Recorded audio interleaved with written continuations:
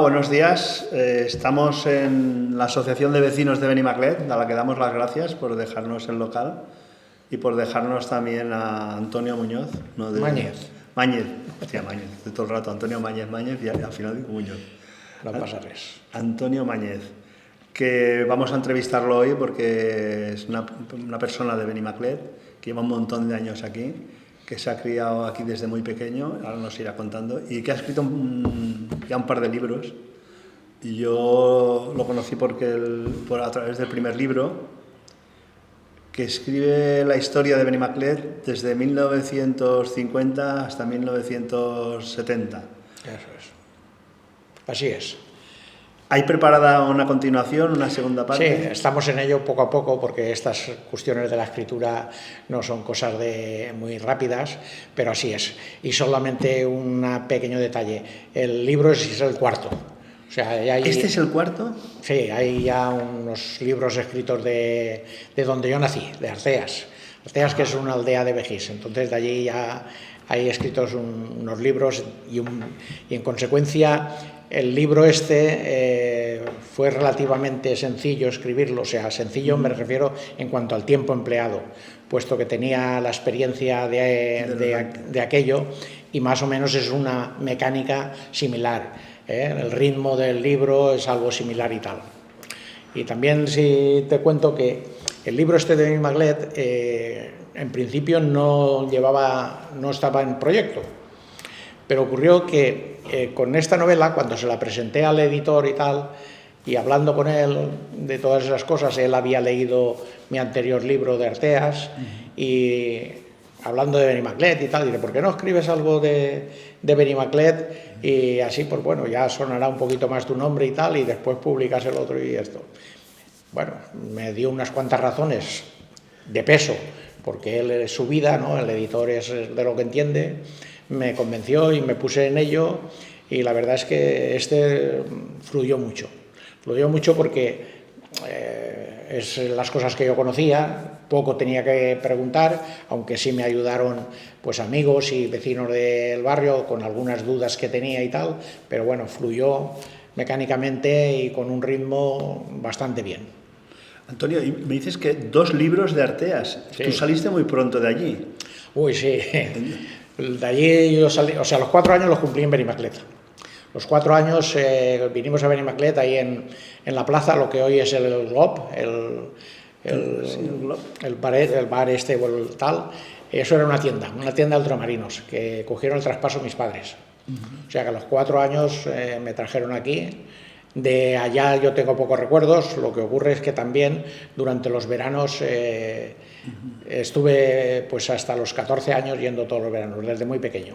Nada más cerraban el colegio, mi madre me mandaba para allá y bueno, pues también viví aquellos años y tenía bastantes conocimientos también de todo aquel pueblo. ¿Cuándo empiezas a escribir?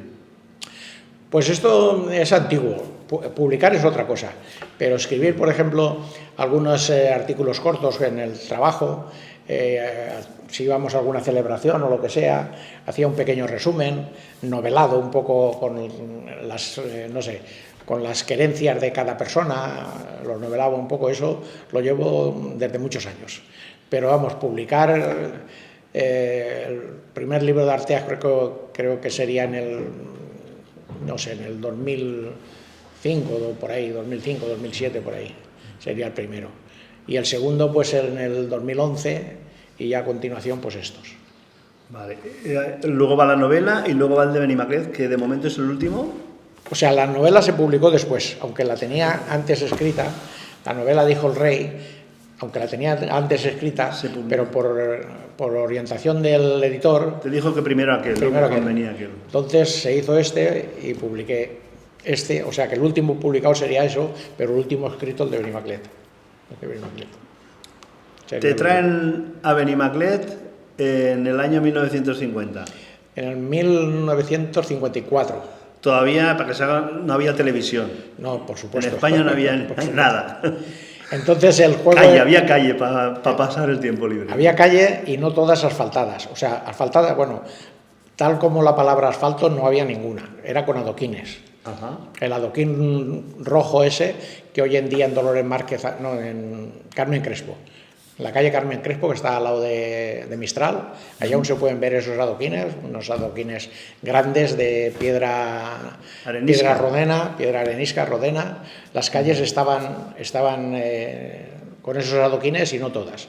Por ejemplo, el Benicolet, el carrerón de la plaza, aquello estaba de tierra. Ayer era donde los nanos jugábamos a boletas, a la trompa y todo. O sea que...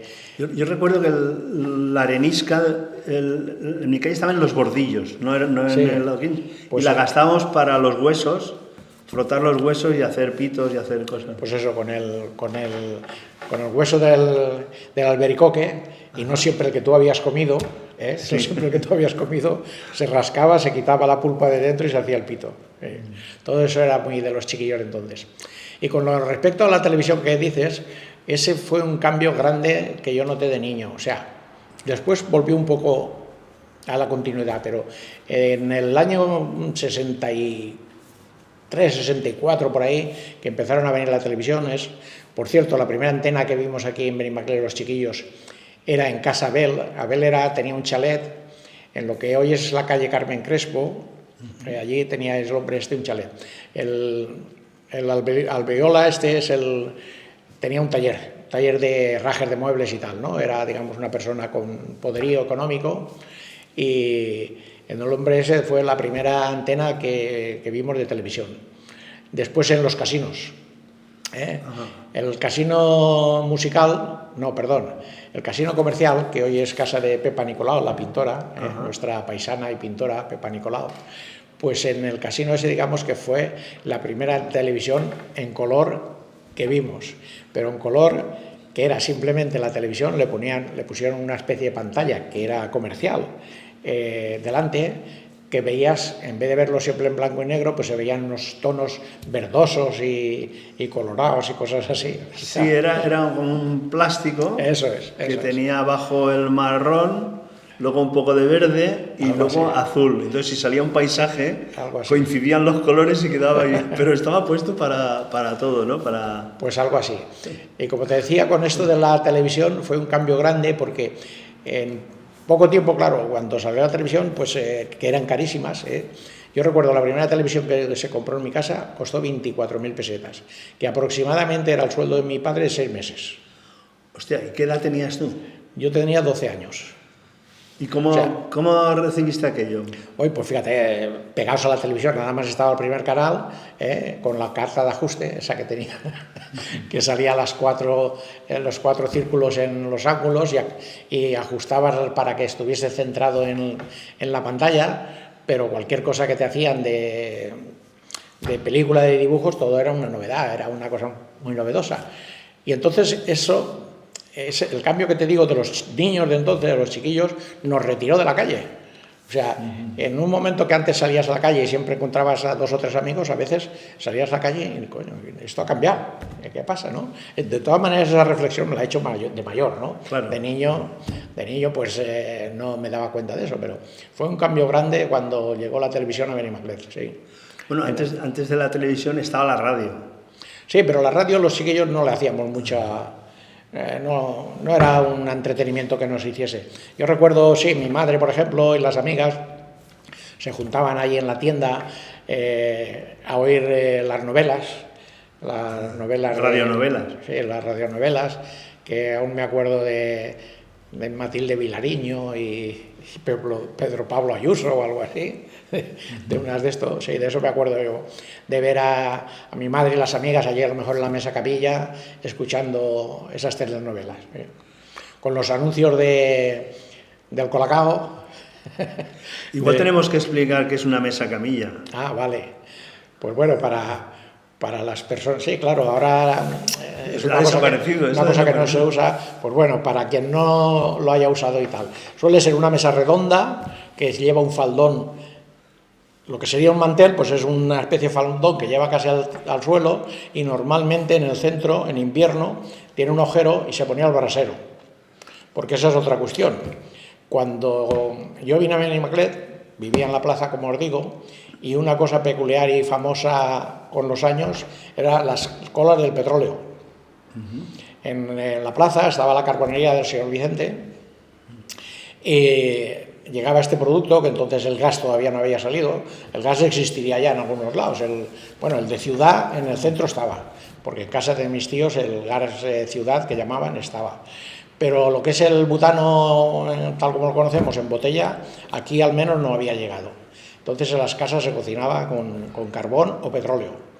O sea, si había petróleo, si por deficiencias había escasez de petróleo, que ocurría muchas veces, pues se cocinaba con carbón. Entonces, cuando llegaba el camión del petróleo allá a la plaza, de alguna manera corría la voz por todos los sitios, toda la gente a comprar el petróleo. En aquel tiempo la gran mayoría con garrafas de cristal, las petroleras estas de llanda y eso alguna había, pero la mayoría con garrafas de cristal, y en sí ya se hacía una cola que normalmente se terminaba antes el petróleo que la cola. O sea, había gente que se quedaba, por eso se hacía la cola, porque había gente que no llegaba. Había gente que se tenía que marchar y se había terminado antes el petróleo que la cola. Eso no sé exactamente hasta qué año duró, pero de pequeño lo recuerdo yo muy bien. Sí. Yo recuerdo también a mi abuela y las amigas ahí en la mesa mía, y el brasero, que normalmente se ponía moliná, que era un polvo de carbón, que se encendía, y arriba llevaba la pollera, que era una especie de rejilla, donde ahí los pañuelos que se habían ya llenado se mojaban, se lavaban y se ponían ahí a secar Y la pollera esa, la finalidad tenía no meter el pie. Sí, para no meter el pie dentro. No meter el pie dentro de las brasas. Y la moliná que tú dices aquí era el piñol. Piñol, que era el de los huesos de aceituna, hacían la parte más fina, que prendía antes. Y sí, eso era muy normal. Por las tardes, en la calle, en todas las calles de aquí de Benimaclet, era muy normal el brasero para encenderlo allí y con un abanico, con un periódico, darle aire para que se prendiese el carbón y tal, porque al principio siempre hacía un poco de humo, y cuando ya prendía y tal, pues se pasaba dentro de casa y eso. Yo las primeras lecturas de niño las recuerdo ahí en la mesa camilla con el flexo, alumbrando y allí calentito con mis primeras lecturas de tebeos y ese tipo de cosas.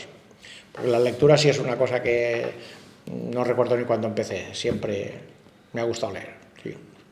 ¿Qué tebeos leías?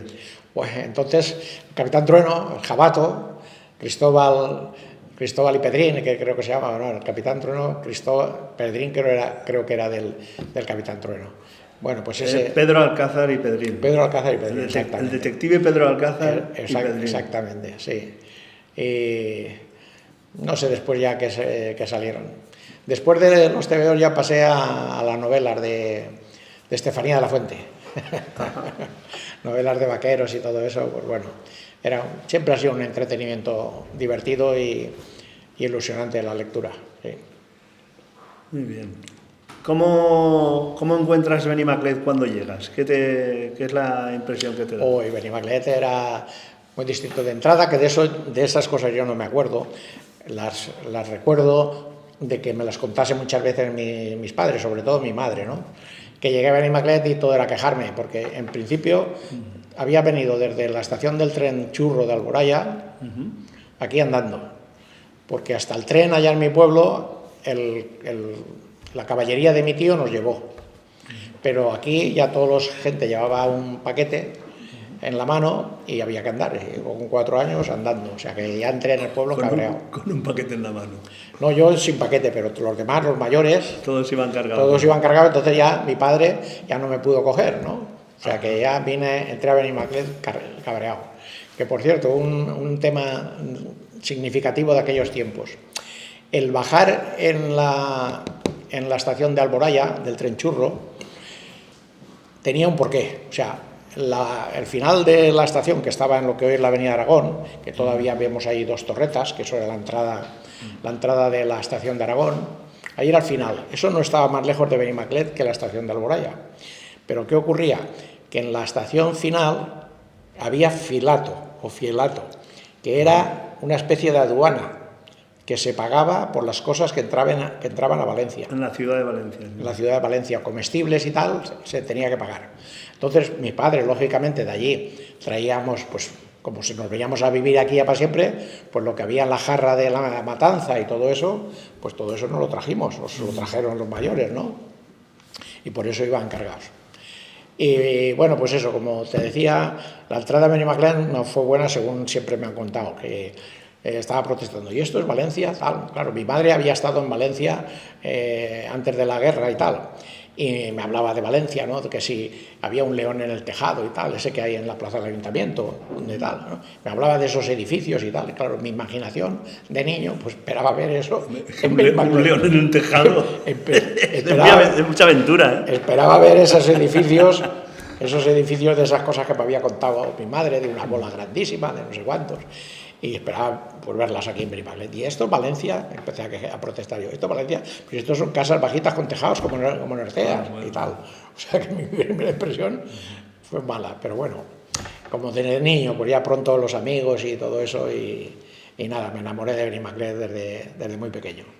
¿Quiénes fueron tus primeros amigos aquí en Benimaclet? Pues mis primeros amigos, como cuento aquí en el libro, Ramón Carrión, Ramón Requeni, Vicente Renal, Carlos Cano, Hurtado, en fin, muchos amigos. O sea, entonces, como siempre estábamos en la calle, pues prácticamente jugábamos, pues todos los chavales, y en la plaza pues era el sitio de encuentro. Y nada, que por cierto con estos amigos sigo conservando la amistad. Todavía nos juntamos una vez a la semana, ahora que tenemos tiempo libre, que estamos jubilados por supuesto. Nos juntamos a almorzar una vez a la semana, todavía nos juntamos. Y bien, y surgen las anécdotas de aquellos tiempos y tal. ¿Y el colegio? El colegio, pues mira, es otras cuestiones de aquellos tiempos. El colegio, mis padres tenían ilusión porque estudiásemos, ¿no? Sobre todo mi madre, que se había criado bastante en Valencia, pues veía la diferencia entre la cultura de las personas que conocí aquí, ¿no? Bueno, la cultura entre comillas, porque la palabra cultura es muy ancha. Pero en fin, en definitiva mi madre estaba empeñada en que estudiásemos. Y nos matricularon en los Salesianos, Colegio de los Salesianos, que por cierto, yo no recuerdo nunca que mis padres me acompañasen al colegio. No a mí, sino a cualquier amigo. O sea, yo con 7 años, yo era el pequeño. O sea, íbamos de aquí a los Salesianos, íbamos cuatro amigos, mi hermano, 2 amigos y yo era el pequeño. Pero aún así mi hermano tendría 7 años, mi hermano 10, y nadie nos acompañaba. De aquí a los Salesianos, que cuando pasabas Emilio Baró, que entonces era la carretera de Alboraya, lo que hoy es el parking de Mercadona, la nave esa, eso era la Borja, Bombas Borja. Ahí se terminaba Benimaclet. Un poquito más para adelante estaba el Barriet, pero que estaba un poco apartado. Por ahí había una senda ya entre campos hasta Tránsitos. Por Tránsitos a los Salesianos. En invierno recuerdo pasar frío por ahí, pero frío. Porque en aquel tiempo incluso los charcos se hacía hielo. Y después la vuelta para aquí, pues lo mismo. O sea, ¿seguías el camino de la ronda de tránsito? Exactamente, hasta los Salesianos. ¿Tenías unos metales así para las ruedas de los carros? ¿Y no hacíais autostop con los carros? Los carros sí, los carros nos subíamos y nos daban pocos problemas. Lo que pasa que en el carro, en invierno era impensable, te lavas. O sea, si te sentabas ahí y no hacías movimiento, te lavas. Y algunas veces alguna aventura peor, que las cuento en el libro, pasaba un motocarro y te enganchabas a él, corriendo. ¿Un motocarro? Un motocarro corriendo. ¿Y con la cartera y todo? La cartera se me cayó un día dentro del motocarro. El motocarro vino fenómeno, entró a Benimaclet, nos vino de perlas, al saltar del motocarro se cayó, la cartera me quedó dentro. Una odisea, ir a casa sin la cartera perdida. Tuve la gran suerte que el del motocarro, era un señor de la calle La Rambla, de la tienda Los Mimbrales, que tenía el motocarro y hacía servicios para otras tiendas. Y al ver en la bolsa, que se extrañó por supuesto, ¿no? Al ver en la cartera los libros, mi nombre, lo reconoció, el apellido de mis padres y la trajo a la tienda. Antes que se enterara mis padres y tal, la recogió mi primo y me libré. Pero sí, entonces es que el concepto del peligro de los niños y además, como ya te digo, no nos acompañaba nadie, pues en algunas ocasiones de las cosas que hacíamos nos podíamos haber lastimado, pero aquí estáis todos. Y entonces, o sea, quizá ahora se peque un poco de demasiada protección, que los niños no los dejan prácticamente hacer nada en la calle, y entonces, pues, en la calle hacíamos de todo. Yo recuerdo aquí en Benimaclet haber ido a la parte de la acequia esta que va a la ermita de Vera, que es la acequia de Rascaña. Esa no es la acequia que riega lo de Benimaclet. La acequia que riega lo de Benimaclet es la de Mestalla, y Rascaña es la que vaya a la ermita de Vera. Rascaña, bueno, eso quizá requiera el paréntesis del tema de que en Benimaclet, hasta prácticamente el año 2000, los desagües de las casas, váteres incluido, por supuesto, desaguaban en las acequias de riego. O sea que lo de tu nombre de cayó por sequía, eso era muy normal, muy normal entonces. O sea, todos los desagües iban por las acequias, vale. Pero en la de Rascaña, que te digo, allí no. Aquella era agua más limpia y tal. Y de niños, pues en verano íbamos allí a bañarnos, a nadar por allí. Por supuesto sin bañador. Eso era de las cosas que bueno, pues los chiquillos íbamos a nuestro aire, por el campo, por todos los sitios. O sea que, en fin, no nos hemos lastimado, pasado más cosas porque... ¿Recuerdas que se cultivaba en aquella época? Sí, claro. Claro, porque por la huerta, con mi amigo Ramón Requeni y su hermana y tal, y estábamos mucho por allí. Ramón Requeni vivía aproximadamente en lo que hoy es la plaza ¿cómo es? De María Arce, Arce. Sí, Amparo Arce. Amparo Arce. Aproximadamente por ahí estaba su casa, ¿no? Y donde sale el Camí de Farinós, ¿no? Sí, exactamente. El Camí de Farinós pasaba muy cerquita el Camí de Farinós pasaba, por una parte, entre el Matadero, su casa y Casa al Saco. Allí hemos jugado muchísimas veces, ¿no? Y entonces, por lo que tú preguntas de lo que se cultivaba entonces, la variedad que veíamos en los campos era mucho mayor que ahora, pero mucho. O sea, en lo que ahora parece como una novedad, lo de la huerta de proximidad y tal, entonces era sí o sí. O sea, en las paradas que vendía en el mercado que se ponía en la plaza, frente a mi casa, toda la plaza y parte de la calle Purta, todos los días del campo, los labradores, la mayoría, la mayoría de las paradas eran verduras, patatas y ese tipo de cosas que se cultivaban. Entonces, ahora, por los campos, prácticamente ver cebollas, chufa y patatas, ¿no? Y poco más. Pues en aquel tiempo no, en aquel tiempo había de todo. Había desde rábanos, coliflores, según el tiempo, sandías, melones, tomates, acelgas, incluso perejil. Entonces había prácticamente de todo lo que se criaba aquí se comía, porque los campos, así como ahora normalmente plantan mucho de una sola cosa, entonces estaba más repartida, había muchas más cosas. Antonio, ¿tú has llegado a ver animales en las casas de aquí de Benimaclet? Animales de trabajo, me refiero, sí, mascotas. También, no, la mascota tal como... O sea, eso posiblemente estaría en el diccionario, la palabra mascota, pero eso no existía. Eso para nosotros no existía. O sea, animales de trabajo, por supuesto. O sea, dentro de Benimaclet estaban las casas de campo, como por ejemplo en la plaza misma estaba la casa de Arrancapinos. Arrancapinos era un labrador, tenía allí su caballo, el carro, por supuesto, y vacas. Y el rullo también, y bueno, y tello, y sí, habrían muchos, no sé, a lo mejor como mínimo 15 o 20 seguro. ¿La leche ibais a comprarla a las vacas aquí en el pueblo? A la lechería.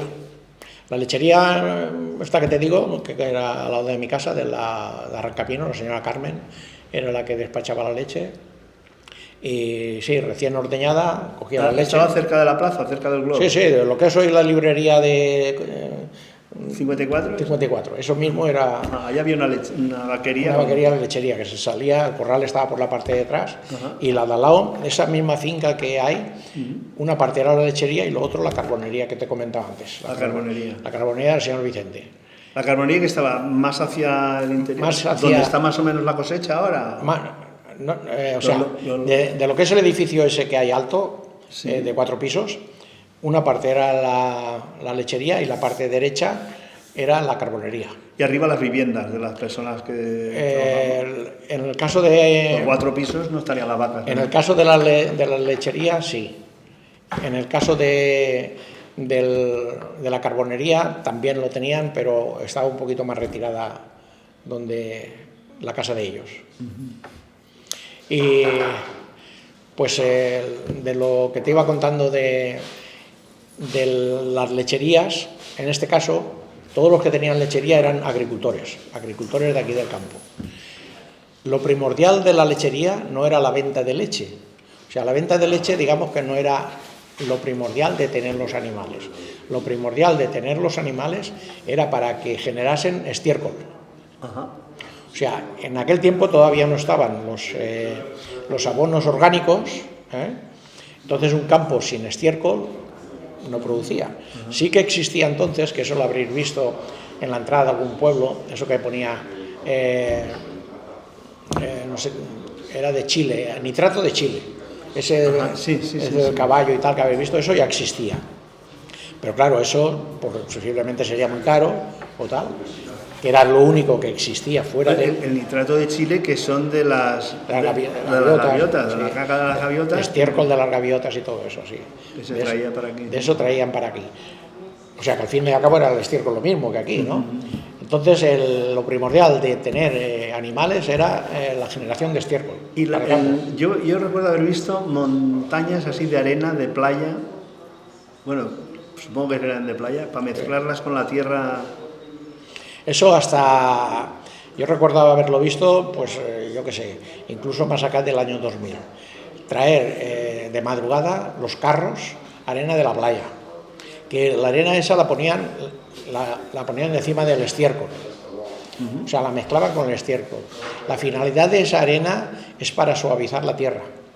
O sea, los campos estos la chufa, sí. todos sabéis cómo se cultiva, ¿no? En aquel tiempo, cuando yo era pequeño, toda esa tierra que meten en el bombo se hacía a mano, a capazos. Cogía con la llegona a capazos dentro del biombo ese y el biombo ese a mano. Que hoy en día todo eso está mecanizado. Esa tierra que vemos tan suave, parte de eso es porque está mezclada con arena. No, porque la chufa es un tubérculo, entonces Sí, para poderlo sacar tiene que estar la tierra muy ligera, ¿no? Y se mezcla con arena de playa. Eso es. Entonces esas arenas tienen una mezcla. La arena de playa al final poco a poco se hunde porque el grano pesa más y tal, y por eso se traía. Hoy en día creo que está prohibido y eso, no sé cómo lo harán, pero sí, eso siempre se hacía, sí. Mezclado con el estiércol. Muy bien. ¿Y tú empiezas a trabajar en la tienda en algún momento? No. ¿No has llegado nunca? No, mira, nos hemos ido a otro asunto, pero lo del colegio que te comentaba de los salesianos. La tienda de mis padres y mis tíos pagaron un traspaso por ella, 85.000 pesetas en el año 54. Con ese dinero te podías comprar un piso en aquel tiempo. En el 54 dejan la tienda. No, en el 54 la cogen. Y les costó 84.000 pesetas. Ajá. En aquel tiempo con ese dinero podías comprar un piso. Fíjate lo que costó el traspaso. Pues bueno, la tienda fue un fracaso. O sea, la tienda en principio, desde prácticamente un principio, no daba para vivir las dos familias. Entonces, pues, más bien mis tíos se quedaron con la tienda y mis padres las dejaron. Era tan mal el asunto que iba que en los salesianos, si no recuerdo mal, se pagaba 25 pesetas al mes, porque era subvencionada y tal, y bueno, pues hasta eso a mis padres les costaba pagarlo. ¿Pero quedabais en el comedor allí o 25 eran solamente de los estudios? Nos quedábamos en el comedor, pero no, la comida la llevábamos nosotros. La lleváis. Nos íbamos con el saquito allí. Ajá. Lo que te daban allí era leche, como en todos los colegios. ¿Leche en polvo? Sí, leche en polvo que ellos hacían en líquida y tal.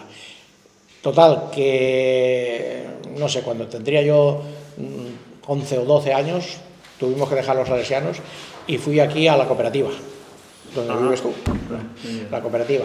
Entonces ahí en la cooperativa ya fui los últimos 2 cursos, dos o tres cursos. Y ahí, pues bueno, en aquel tiempo a los 14 años a trabajar, que era lo normal. ¿A los 14 empiezas a trabajar dónde? ¿Aquí en Benimaclet? Sí, aquí en Benimaclet. Y entonces es otra cuestión que también ha cambiado muchísimo. La industria estaba dentro del pueblo, aquí en todo Valencia. Los talleres estaban dentro del pueblo. Yo concretamente empecé a trabajar en un taller de máquinas y herramientas que estaba en lo que hoy es el Correos, enfrente de la gasolinera Correos, Sí, pero sí. no, el edificio no estaba. Era un edificio de planta baja y piso, y en la planta baja de lo que hoy es Correos estaba el taller. Ahí empecé a trabajar. Empecé a trabajar y, ojo, de aquellos tiempos, como mi madre, pues eso, con la ilusión de que estudiase, después allí un buen oficial y maestro que tuve allí en el taller, un tal Quito, Enrique, que Enrique era músico. En fin, el hombre vio en mí cualidades o no sé, ¿no? Total, que me inculcó y esto, y en definitiva, que a las 6 de la tarde terminaba ahí, con la bicicleta me iba a la escuela industrial, a lo que entonces era la avenida José Antonio, hoy antiguo Reino de Valencia, me iba a la escuela industrial de 6 de la tarde a 10 de la noche, con 14 años, con la bicicleta, venía a las 12 de la noche, el otro día a las 8 al taller. Joder. Pues, Antonio, quiero que nos digas dónde se pueden encontrar los libros tuyos, porque vamos a terminar. Si quieres, quedamos para otro día y continuamos, porque yo creo que tienes Como tú para digas, contarnos más. a contar de Benimaclet ahí, Pero bueno, en la parrilla tenemos ahora que va otro programa a la continuación. pues nada. Entonces, no, vamos a decir dónde pueden encontrarse los libros. Pues este está, creo que en todas las librerías de Benimaclet, de La Traca, y también en la papelería de Benipaper. Benipaper. Este seguro que sí que está en Benipaper. En ese sitio lo podéis encontrar. Y ya cortito, por lo del tiempo que tú dices. Parte de lo que te he contado y cuento, también por la asociación, como una actividad más de la asociación, solemos hacer, que en este caso lo hago yo, una visita guiada por Benimaclet. ¿Y cuándo es eso? Se suelen hacer los sábados a las 11 de la mañana. En la web de la asociación se anuncia. Vale. Únicamente hay que apuntarse porque, en fin, para que no haya más de 15 personas y no molestar a la gente del pueblo, ¿no? Pero si alguien está interesado... Pues si luego en edición se puede poner la web de la asociación. Estoy poniendo el correo, lo estoy poniendo ya. Lo estás poniendo ya. El correo. Info @ No, pero mejor la web que viene. No, o el correo, o sea, que llegue, en la asociación se suele, para que se anote la gente, simplemente para que no hayan más de 15 personas y no molestemos por ahí en el paseo. Y parte de las cosas que te he contado y algunas, pues cuento en el paseo ese también, que todo está en el libro. Muy bien, pues muchas gracias, Antonio. A vosotros. Encantado. Y bueno, repetimos como siempre que quede grabado la oferta a la Asociación de Vecinos para cuando quiera, tiene a su disposición espacio para hacer su propio programa con los temas que le interesen o que quieran difundir. En ello estamos y tenemos un pequeño hándicap que ya os comento, para ver si lo podemos arreglar. Muy bien, venga pues, hasta ahora. Gracias.